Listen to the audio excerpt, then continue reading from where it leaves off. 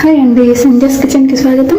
ఈరోజు రెసిపీ వచ్చేసి నేను ఇక్కడ ఒక కప్పుగా బియ్యపిండి తీసుకున్నానండి. బియ్యపిండితోని అక్కి రోటీ అయితే చేసుకున్నాము. బియ్యపిండితో రోటీ చాలా బాగుంటుంది. ఒక కప్పుగా తీసుకున్నాను. దీన్ని పక్కన పెట్టేసుకున్నాము. ఇప్పుడు ఒక జార్ తీసుకోవాలి.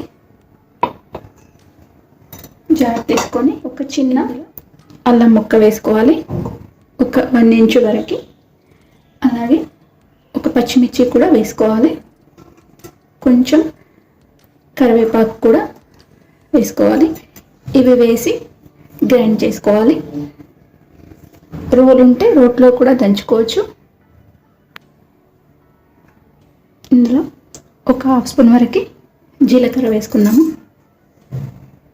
ఇదంతా కూడా గ్రైండ్ చేసుకోవాలి.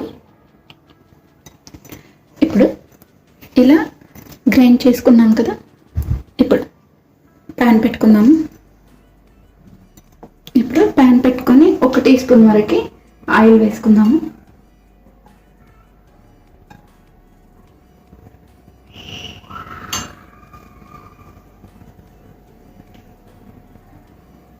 ఆయిల్ కూడా వేడైపోయింది. గ్రైండ్ చేసుకున్న అల్లం, పచ్చిమిర్చి, జీలకర్ర వేసుకోవాలి. వేసుకొని కాసేపు వేయించుకోవాలి. కొంచెం పచ్చివాసన పోయే వరకు వేయించుకోవాలి.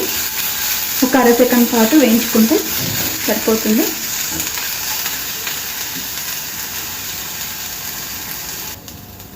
ఇప్పుడు ఇందులో వాటర్ వేసుకుందాము.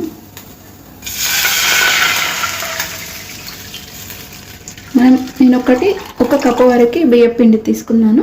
1 కప్పు తీసుకుంటే 1.5 కప్పుగా వాటర్ వేసుకోవాలి. ఏ కప్పుతో బియ్యం పిండి తీసుకున్నామో అదే కప్పుతో వాటర్ తీసుకోవాలి.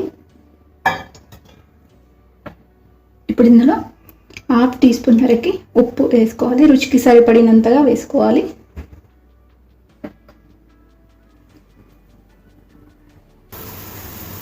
ఇప్పుడు వాటర్ కూడా మనకు మరిగాయి కదా, ఈ పిండిని ఇప్పుడు ఇందులో వేసేసుకోవాలి. స్టవ్ ఆఫ్ చేసేసుకోవాలి.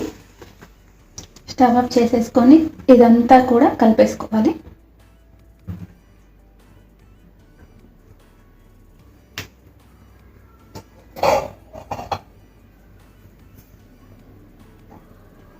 ఇప్పుడు ఇదంతా కూడా ఇలా కలుపుకున్నాం కదా, ఈ పిండిని మూత పెట్టి ఒక 10 నిమిషాలు ఇలానే ఉంచుకోవాలి. ఇప్పుడు ఒక 10 నిమిషాల తర్వాత ఈ పిండిని మూత తీసి చూసుకుందాము.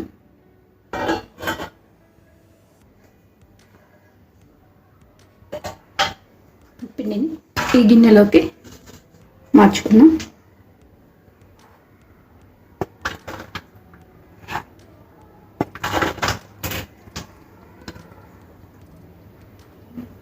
ఇప్పుడు ఈ పిండి గోరువెచ్చగా అయింది కదా, గోరువెచ్చగా అయిన తర్వాత ఇలా ఒకసారి చేయితో కలుపుకోవాలి. కొంచెం ఇలా చెయ్యికి తడి పెట్టుకుంటూ కలుపుకుంటే చెయ్యికి అనేది అంటుకోకుండా ఉంటుంది.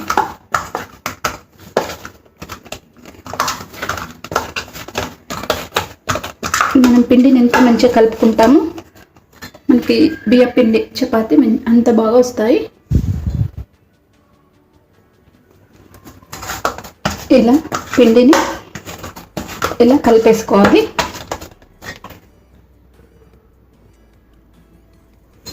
పిండిని ఇలా బాల్స్ లాగా చేసుకోవాలి. మీకు కొంచెం అంటుకున్నట్టుగా అనిపిస్తే కొంచెం నూనె పెట్టుకుంటూ చేసుకోవచ్చు.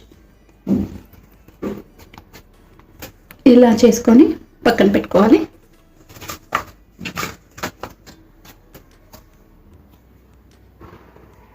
ఇప్పుడు ఇలా కొంచెం పొడి పిండి తీసుకొని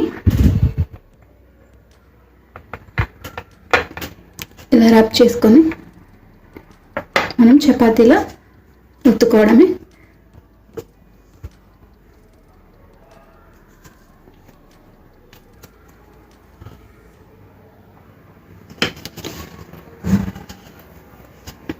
ఇలా మెల్లిమెల్లిగా ప్రెస్ చేసుకుంటూ చేసుకోవాలి.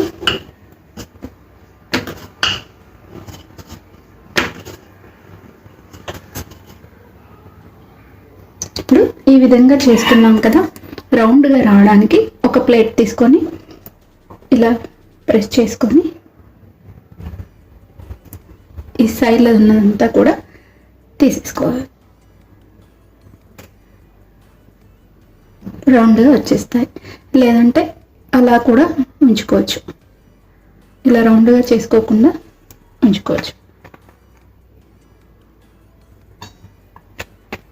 చూడండి, ఈ విధంగా చేసుకోవాలి. అన్నీ కూడా ఇదే విధంగా చేసుకొని పక్కన పెట్టుకోవాలి. ఇలా అన్నీ కూడా రెడీ చేసుకొని పెట్టుకోవాలి. ఇప్పుడు ప్యాన్ పెట్టుకుందాము. ఇప్పుడు ప్యాన్ కూడా వేడైంది.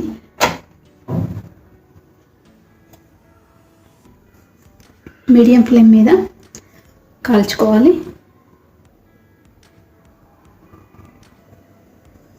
ఇప్పుడు కొంచెం ఒక సైడ్ కాలిన తర్వాత రెండో సైడ్ తిప్పుకోవాలి.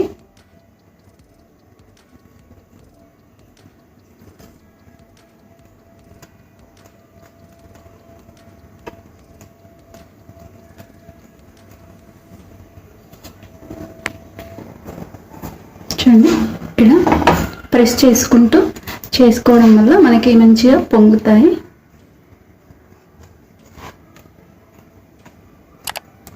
ఇలా అన్ని సైడ్లు కూడా ఇలా ప్రెస్ చేసుకుంటూ కాల్చుకోవాలి.